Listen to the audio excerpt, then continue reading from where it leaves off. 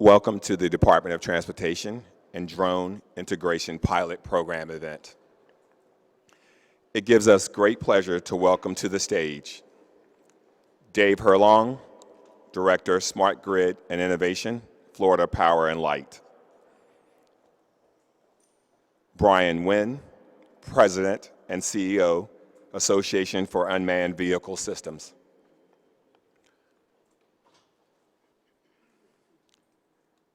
Congressman Jeff Denham.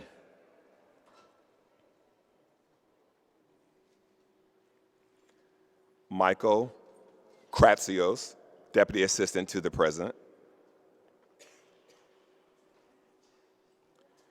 Senator John Hoeven, Governor of New Mexico, Susana Martinez.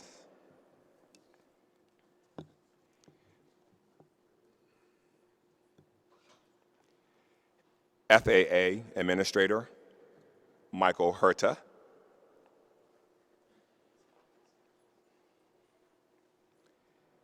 And the United States Secretary of Transportation, Elaine L. Chao.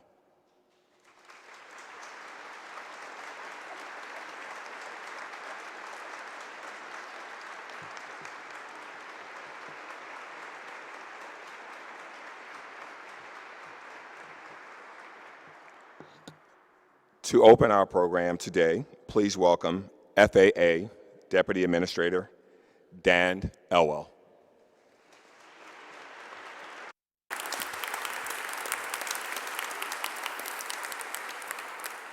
Thank you.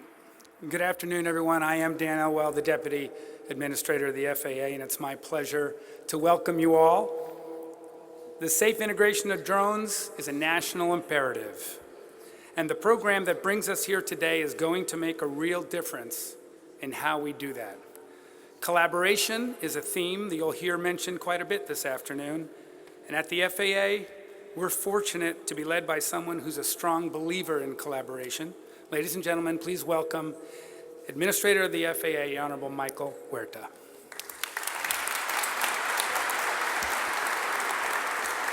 Well, good afternoon, everyone, and thank you for joining us here today.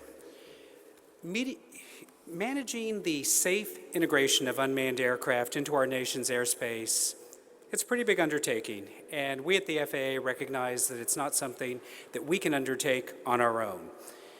It requires collaboration with the aviation industry, with technology companies, with academia, with law enforcement, and so many others that have helped to define our success to date.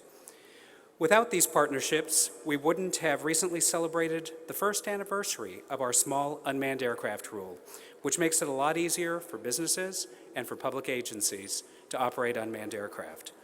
We wouldn't have a Pathfinder program, which allows industry to research how to safely fly drones over people and beyond an operator's visual line of sight.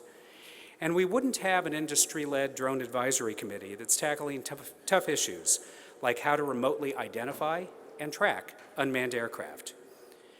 We've made a lot of progress on drone integration, but there are a number of questions we still need to answer. Chief among them is a question about roles. What roles should federal, state, and local government play in overseeing unmanned aircraft? Not long ago, I had a conversation with the mayor of a major city here in the United States who summed up the challenge in this way. With traditional aviation, I know exactly where the airport is. But with drones, my entire city is an airport. Now, his comments drive home an important point. We need greater clarity on how state and local and tribal governments want to be involved in this process and what roles they should play. The new drone integration pilot program that President Trump announced last week will start providing that clarity. It will allow us to test complex unmanned aircraft operations beyond what's currently allowed under current FAA regulations, and to try out different models for integrating drones into local airspace. Now I'm going to introduce a few speakers who are going to discuss the roles that states and localities can play in this process. First, it's my pleasure to introduce New Mexico Governor Susana Martinez.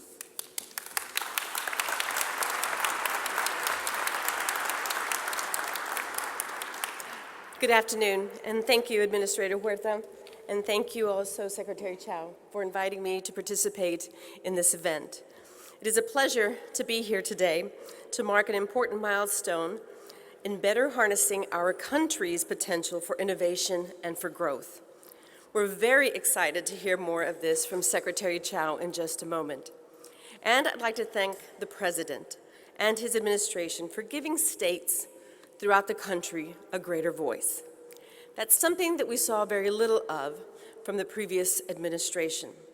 And building partnerships is a far more effective approach to helping our innovators to lead the way. Aviation is such a crucial sector in our country's history and economy, and you'll find that New Mexico is no exception. From our sunny skies to our top-notch aviation workforce and our national labs, our military bases, research universities, and much more. Aviation and the innovation that goes with it is absolutely essential to growing and diversifying our private sector economy. In New Mexico, we're committed to partnering with our innovators to help businesses grow and hire, of course, more workers. We're streamlining those very punitive regulations, cutting taxes, and in fact, in New Mexico, we've cut them 37 different times in 6.5 years, and reducing our barriers that are holding our economy back. And I'm glad to see that more of our leaders in Washington are much more interested in these kinds of ideas these days. The United States and New Mexico in particular have always led the way in aviation innovation. And to build and grow on their leadership, our airspace and our economy need a framework that is designed to keep us on the cutting edge. Today, that especially means allowing for the safe and productive testing of drones. Unmanned aircraft and systems offer nearly limited potential, particularly in a state as large and rural as New Mexico. We see the potential and we welcome the innovation, but it has to be done safely. It has to be done right. That's why we're so grateful for this opportunity to work together. This is part of the future transportation in New Mexico. We embrace innovation for the future. And as we move forward in fostering this potential, it is so important to have the federal government viewing these efforts as a partnership that brings states, cities, and towns, tribes and pueblos, cities and towns all throughout our states and country, industry leaders, innovators, and others together. These partnerships will help us innovate across the board in agriculture, emergency management, transportation, just about any field possible. The answers for making this great opportunity a success lie with those of us in states such as New Mexico. I'm very excited about these possibilities and the opportunity to keep working with our public and private partners in building a better future. In New Mexico, the future is full of potential, and I'm glad to be here today as we begin to turn potential into a better tomorrow for everyone. Thank you again.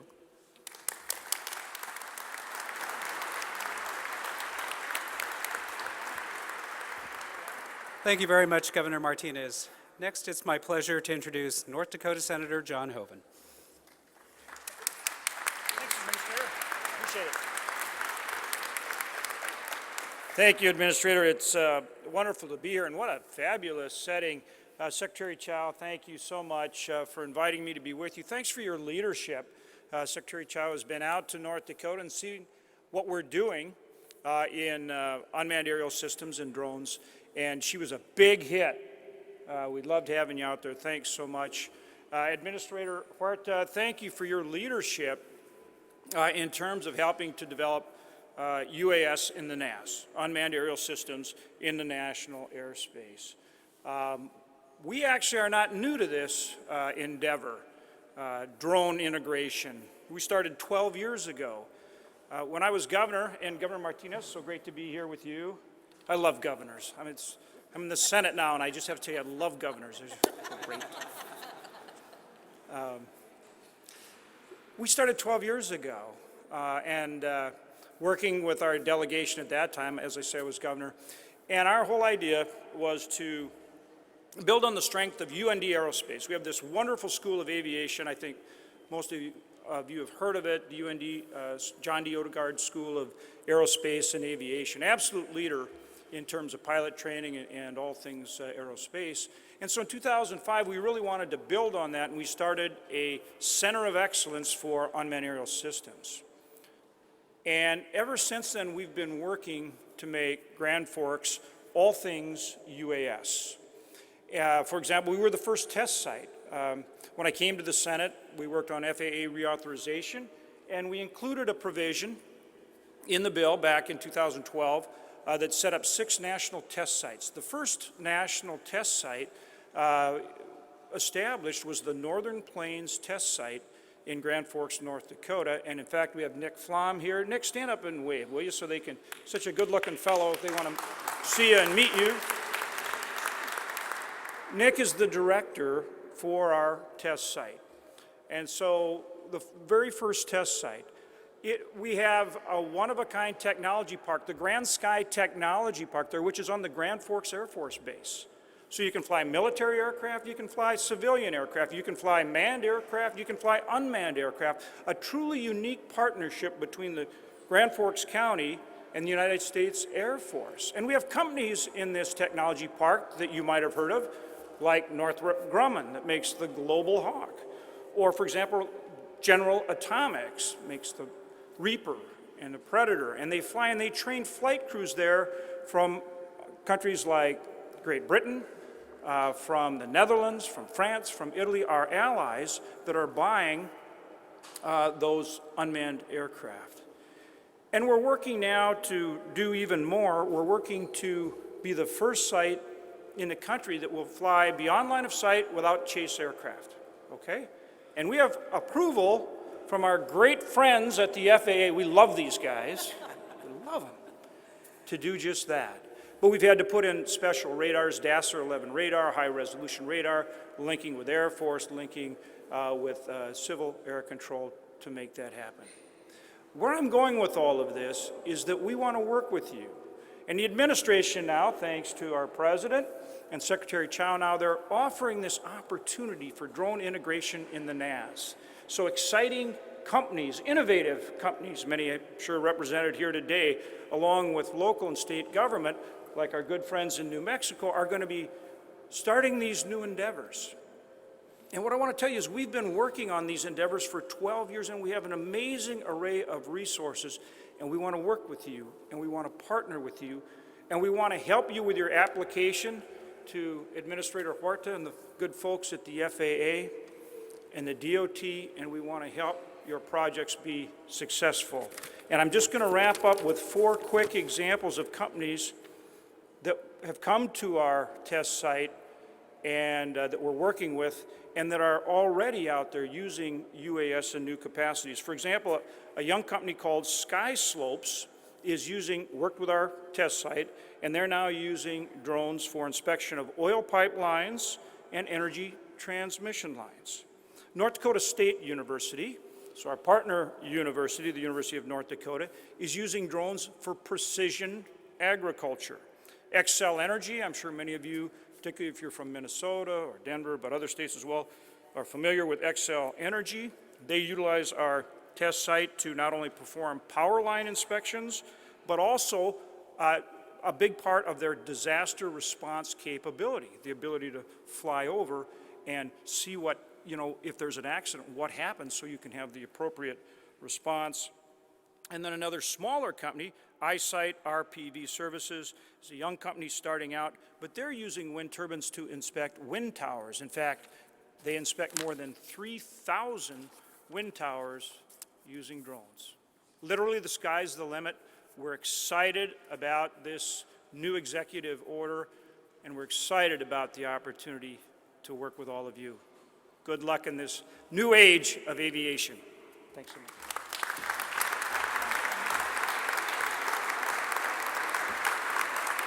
Thank you, Senator Hoeven. Now I'd like to introduce U.S. Representative Jeff Denham from California's 10th Congressional District.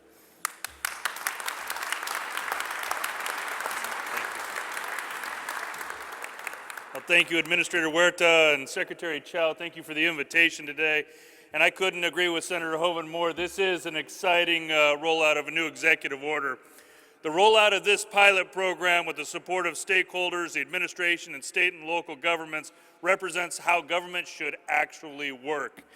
We're on the cusp of a technology renaissance in transportation, and as a farmer, I know what the drone capability can be for our crops, from water patterns, from a variety of different opportunities that we have to be more efficient as well. The federal government must promote innovation and ensure technology has the appropriate infrastructure to advance.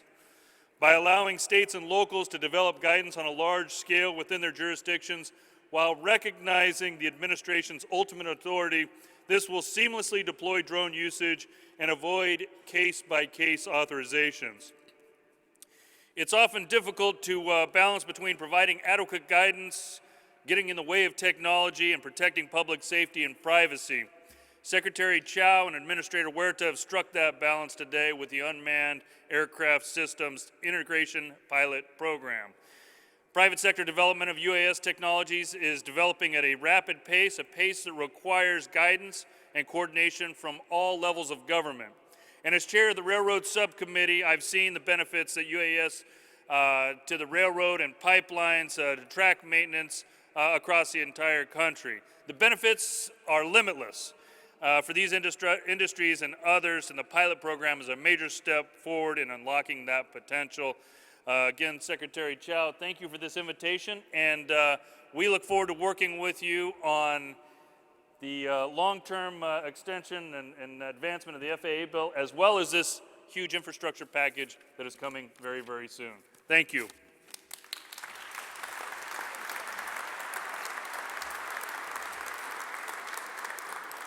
Thank you, Congressman Denham.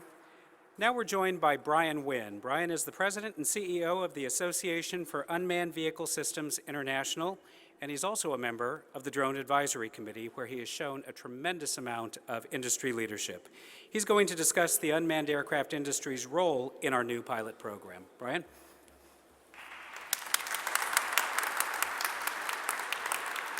Thank you, Administrator Huerta, Secretary Chao. It's a great pleasure to be here with this very exemplary group of honored leaders. And I'm here to add the support of the unmanned systems and robotics community to this very significant executive initiative. Each day, more and more UAS are flying and creating value for industry, public safety, scientific research, general consumer, just to name a few of the important segments of our society. For years, we have talked about the potential value of this technology. Now we can point to the value in real time. Several speakers have already done here today. Some have called the use of UAS by emergency responders and disaster recovery officials in the preparation for and the aftermath of recent hurricanes as a defining moment in the widespread adoption of the technology. I agree. The increase in demand for UAS, which we expect will continue, highlights the need to answer many questions and address new challenges. Because small UAS flying is mostly localized, these questions are, of course, local in nature. Some have regulatory implications, most have economic implications, and all have big technological challenges, questions on how we will work together to address and embrace this technology. This pilot program comes at exactly the right moment to formalize the collaboration needed among state, local, tribal, federal, public safety, industrial, and technological interests to address these challenges. Coming on the heels, as it does, of the first automated airspace authorizations issued by the FAA under the new LANCE facility, that's low altitude authorizations and notification capability, we now have the outlines of a path forward which will allow all interested parties to work seamlessly together using technology solutions designed by, invested in by the unmanned systems community and in collaboration with our regulators. I look forward to helping get the integration pilot program launched and to fostering the collaboration needed to extend the benefits of UAS to even more Americans. Thank you.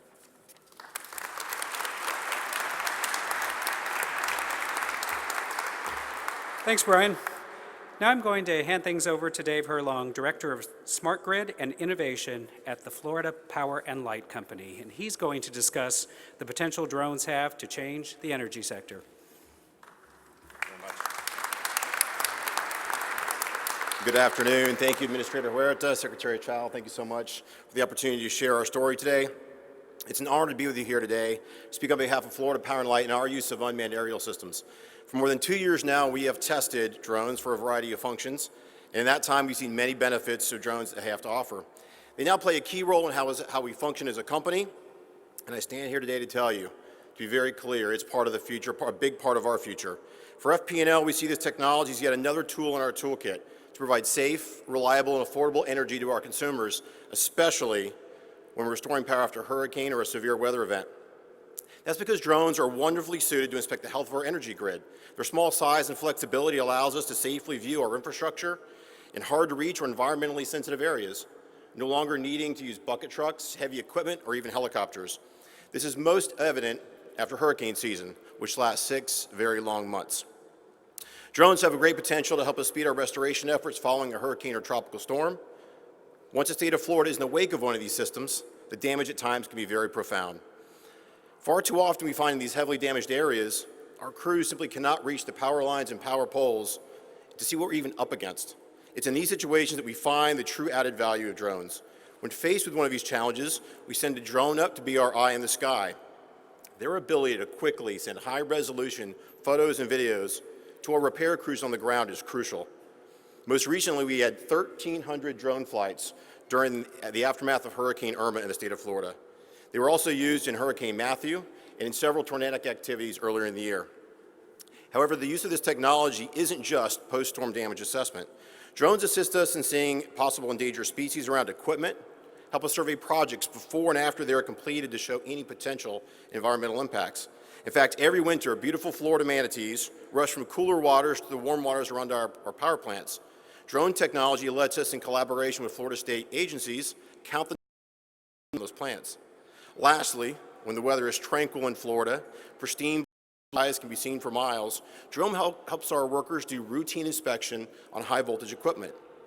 So not only do drones help us restore power safely and quickly after an event or hazardous weather, they help our bottom line, and that's good for any business. Using drones in place of other traditional methods can be more efficient and cost effective. We found drones can help reduce operations and maintenance costs, and more importantly, can allow us to respond quicker to problems on the energy grid. It's all part of our commitment to deliver reliable service to our customers in good weather and bad. The benefits of using drones stretch far and wide. It's an exciting time in American aviation, and we're proud to be a part of it. We're honored to be part of the running for this pilot program. Thank you for your time.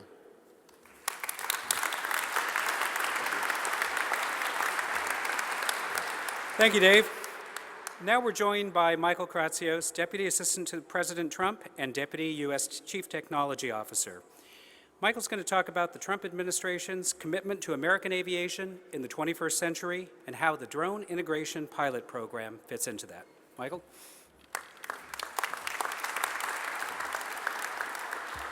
Thank you, Administrator Huerta. I am very excited to be here today at the Department of Transportation for the launch of the UAS Integration Pilot Program. Back in June, my office hosted the American Leadership in Emerging Technology Summit at the White House.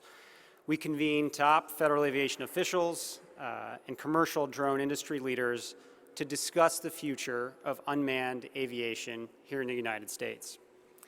At the summit, President Trump asked for ways government can help unleash the next generation of technological breakthroughs.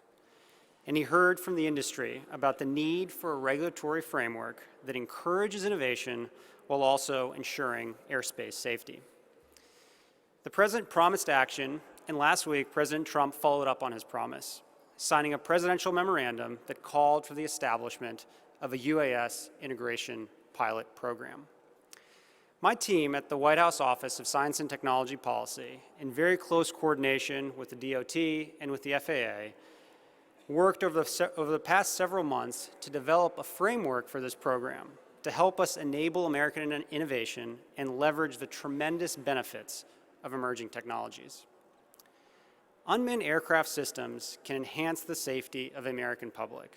They can increase the efficiency and productivity, and they can create tens of thousands of new American jobs. I have heard firsthand from a wide and varied group of Americans, all different occupations, including cell tower inspectors, firefighters, security professionals, surveyors, farmers, and medical product suppliers who have all found ways to harness the benefits of this tremendous technology to do their jobs better, to do their jobs smarter, and do their jobs more efficiently. Given the endless bounds of American ingenuity, I can confidently say that this is just the beginning of the unmanned revolution in American aviation. Our role in the federal government is to help unleash that ingenuity, that creative spirit here in the United States, and ensure that it is done at a safe manner. But let's not forget that it's not only American inventors and entrepreneurs who are excited about this technology. The promise of UAS to benefit the lives of everyday Americans and the allure to local communities to improve farming, protect critical infrastructure, and save lives, that is why we are working together to integrate the airspace. This pilot program is a very ambitious effort, but under the leadership of Secretary Chao and Administrator Huerta at the DOT and at the FAA, we at the White House believe in its success and very, very eagerly await the ideas for the pilot programs that our fellow Americans will be proposing in the coming weeks. Over the next 3+ years, the UAS Integration Pilot Program will spur the next era in American aviation and drive future American leadership in emerging technology. And I'm so excited to be part of it. Thank you so much.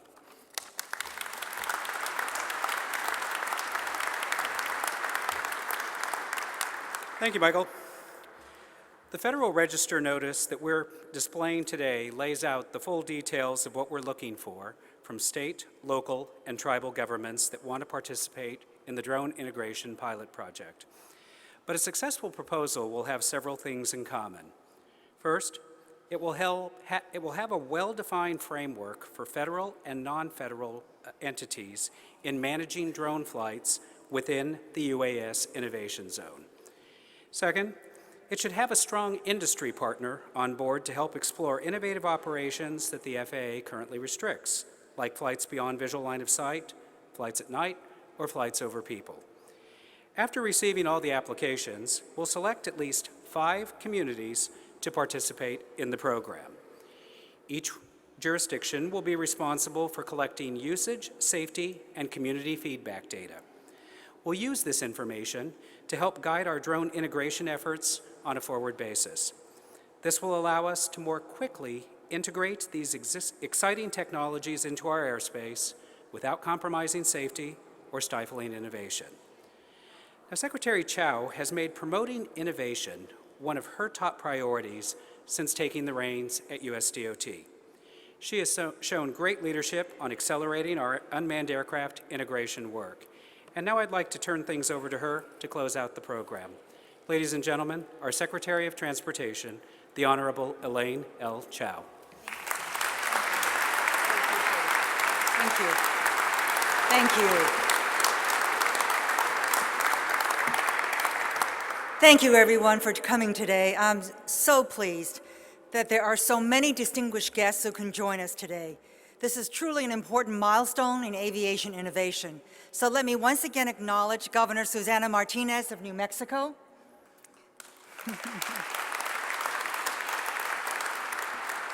Senator John Hoeven of North Dakota, Congressman Jeff Dunham of California. We had here Congressman Jason Lewis of Minnesota. We also have Brian Wang, who's President and CEO of the Association for Unmanned Vehicle Systems International. Dave Herlong, the Director of Smart Grid and Innovation at Florida Power and Light. Michael Kratsios, Deputy Assistant to the President. And we're also... And Mr. Russell Begay was also here. He is president of the Navajo Nation, and we welcome his presence.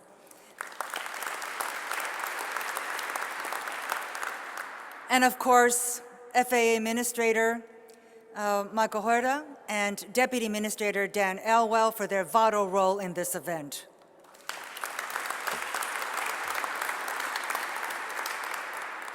I am so excited about this new program.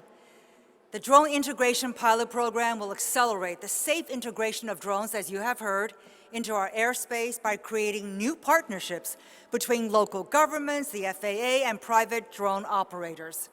These partnerships will allow local communities to experiment with new technologies like package delivery, emergency, drone inspections, and so much more on terms that work for them and in ways that support a unified and safe airspace. Not so long ago, only the military flew drones in combat zones. Today, drones, as you have heard from our speakers, are being used for so many purposes, and companies are increasingly interested in adapting them for all kinds of commercial and humanitarian applications. With more than 900,000 UAS owners registered with the FAA, this program could not have come at a more timely fashion and opportunity. The value of drones was especially apparent, as you have heard, in the aftermath of the recent devastating hurricanes. The FAA worked overtime to process more than 300 authorizations for drone use in the search, rescue, and delivery efforts. So the possibilities for drone use are as endless as the human imagination. And a safe, robust drone industry could have a significant economic impact on our country, generating billions of dollars for our economy and creating tens of thousands of new jobs. As the administrator noted, greater application of this technology, however, has been limited because drone operations in this country are currently restricted beyond a line of sight, over people, and in other circumstances. That is about to change. The data and best practices captured by this pilot program will be the basis of new regulations which will create a path forward for the safe integration of drones into our national airspace. The Federal Register notice for the Drone Integration Pilot Program, which implements the President's memorandum of October 25th, goes on display today, and in designing this pilot program, the Department listened carefully to the stakeholder community, many of whom are in this audience. Again, I want to thank the Administrator, the Deputy Administrator, Earl Lawrence, and their colleagues from the FAA, who will be providing technical assistance on how to apply for this program in separate breakout sessions today. So today's announcement is just one of many steps the Department is taking to implement the President's vision of accelerating the pace of innovation in our country. And on September 12th, I announced a Vision for Safety 2.0, which offers a path forward for the safe deployment of automated or self-driving vehicles. This technology also has tremendous potential to reduce highway fatalities and provide greater mobility for underserved communities, such as the elderly and the disabled.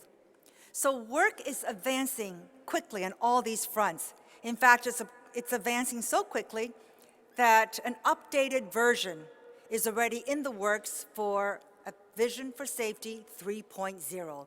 And that's how fast technology is changing. And that's why emerging technology requires a regulatory approach that ensures safety, security, and privacy while encouraging innovation and preserving creativity.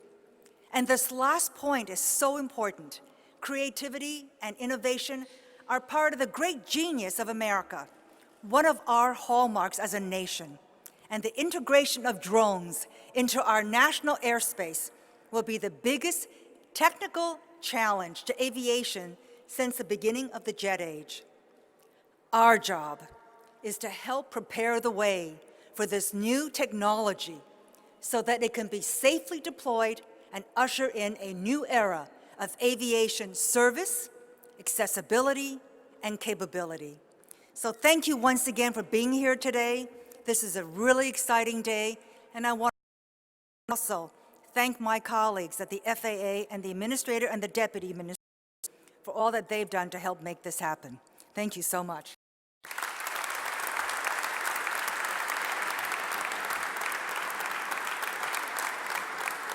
Thank you, Madam Secretary, and thanks to all of you for joining us today. As the Secretary mentioned, we are inviting you to stay for our community and partnership engagement briefing. It's going to take place now in the DOT Media Center, just over here to my right, which will be led by Earl Lawrence, the FAA's Executive Director of our Unmanned Aircraft Integration Office. And so it'll be a great session, give you a lot of the details of the program. Thanks again to all of you for your participation today.